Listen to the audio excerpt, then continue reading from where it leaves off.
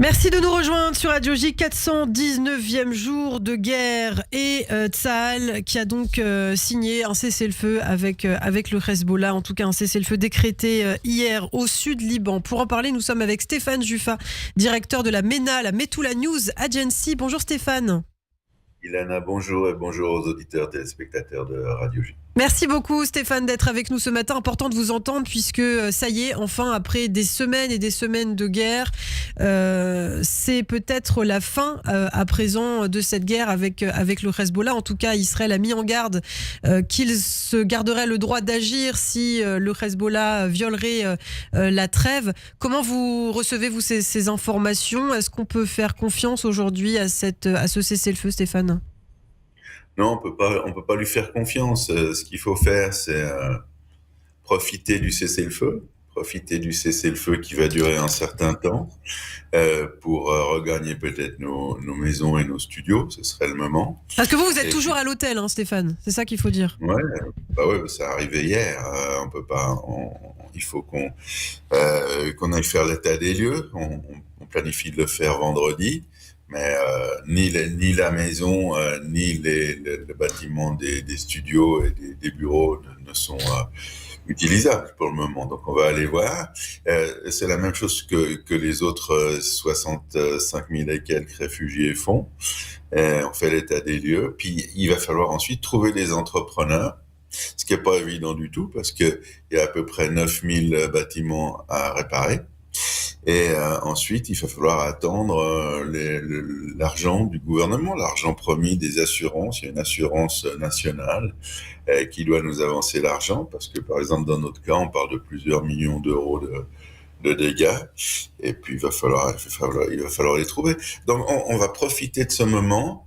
Les gens, là où je me trouve, par exemple, profitent du fait qu'ils peuvent dormir sans avoir à penser à devoir courir aux abris, comme ils l'ont fait des dizaines de fois jusqu'à maintenant. Il y a ce stress qui a momentanément disparu, mais ça ne veut pas dire, Ilana, qu'on va vers le paradis, le calme et puis la stabilité. Alors, en tout cas, un état des lieux, vous allez le faire, vous, en Israël, vous allez voir, vous habitez à Metula, hein, Stéphane, donc on sait que Metula, c'est une ville qui a été vraiment très impactée par les tirs du Hezbollah. Du côté du sud Liban, on dit que ce sont plus de 12 500 sites du groupe terroriste qui ont été frappés pendant la guerre, dont 360 dans la banlieue sud de Beyrouth. Aujourd'hui, le Hezbollah a été détruit, en tout cas en grande partie, il est démoli, comme on peut l'entendre dans la bouche de certains généraux israéliens. C'est le mot que j'utiliserais aussi, démoli. Démembré. Il n'y a plus d'état-major, il n'y a plus de chef politique. Et puis, à notre avis, vous savez qu'on a un spécialiste, c'est le chef justement de la MENA libanaise, Michael Bey. Il prétend qu'il y a à peu près 6500 morts dans les rangs du Hezbollah, à peu près une centaine de morts civiles.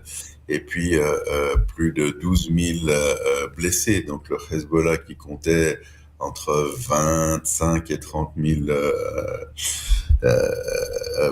combattants avant le conflit n'a plus beaucoup de combattants. D'ailleurs, on a vu à la fin de la confrontation, il y en a qui envoyaient des gamins, des gens qui avaient même pas 18 ans, oui. Ils les envoyaient sur le front. Donc c'est dans toutes les guerres, c'est signe d'une profonde détresse. Eva, pour Stéphane. Stéphane, vous avez dit tout à l'heure, bonjour d'abord, vous avez dit tout à l'heure qu'effectivement il fallait profiter du cessez-le-feu. Le Hezbollah, pour lui, il n'y a pas de cessez-le-feu. Hein. Hier soir, il a publié un communiqué pour dire que ses membres sont prêts à intervenir, cessez-le-feu ou pas. Pourquoi ces déclarations du Hezbollah ? Et surtout, a-t-il les moyens de le faire avec ce que vous venez de nous dire ? Pour nous non plus, Eva. J'ai entendu les propos fanfaronnants de notre Premier ministre. Dès qu'il s'approche de la frontière, on va tirer. S'ils nous attaquent, il n'y a pas de problème. Il n'y a pas de doute. S'ils font venir des troupes dans la région de la frontière, pas de doute. Si on voit qu'il y a des transferts d'armes depuis la Syrie, pas de doute. On attaque, on frappe. Ce qui nous dérange plus, c'est les zones floues de cet accord.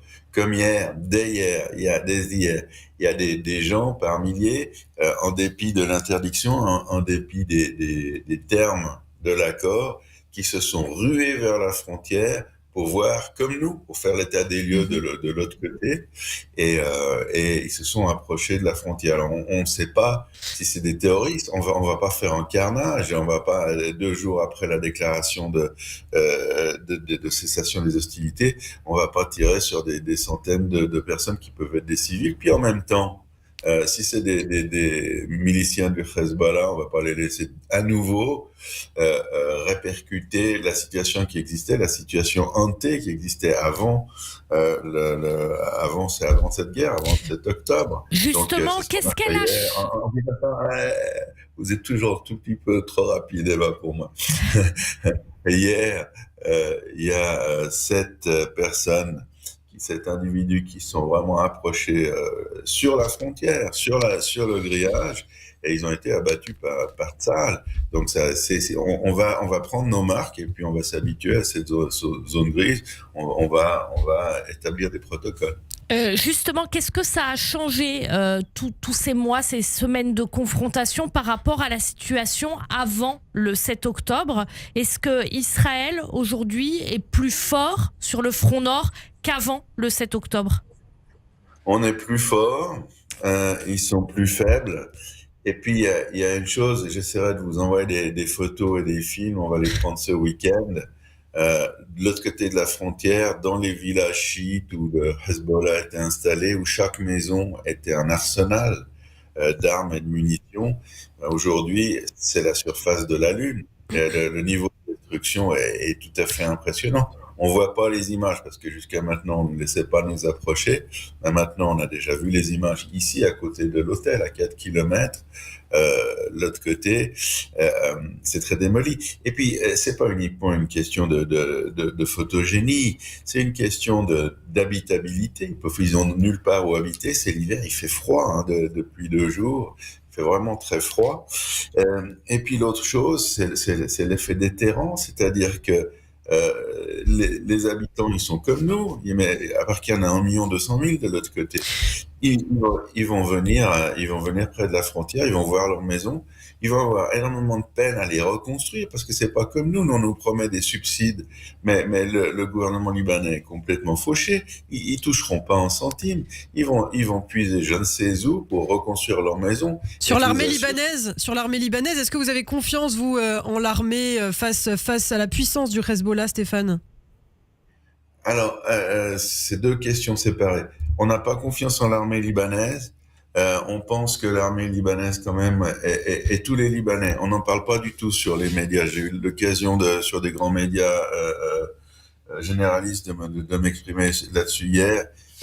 70% des Libanais détestent le Hamas et lui en veulent énormément dans cette situation.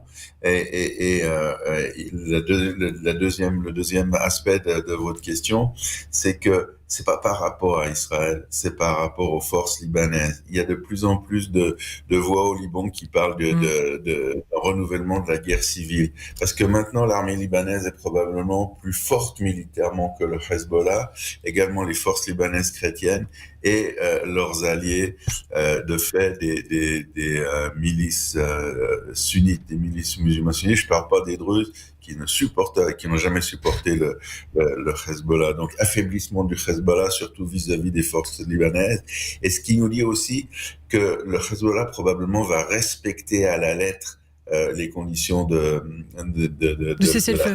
Ouais. Oui, pas par rapport à Israël, par rapport à eux. Parce qu'ils ont peur d'entrer justement dans ce processus de guerre civile.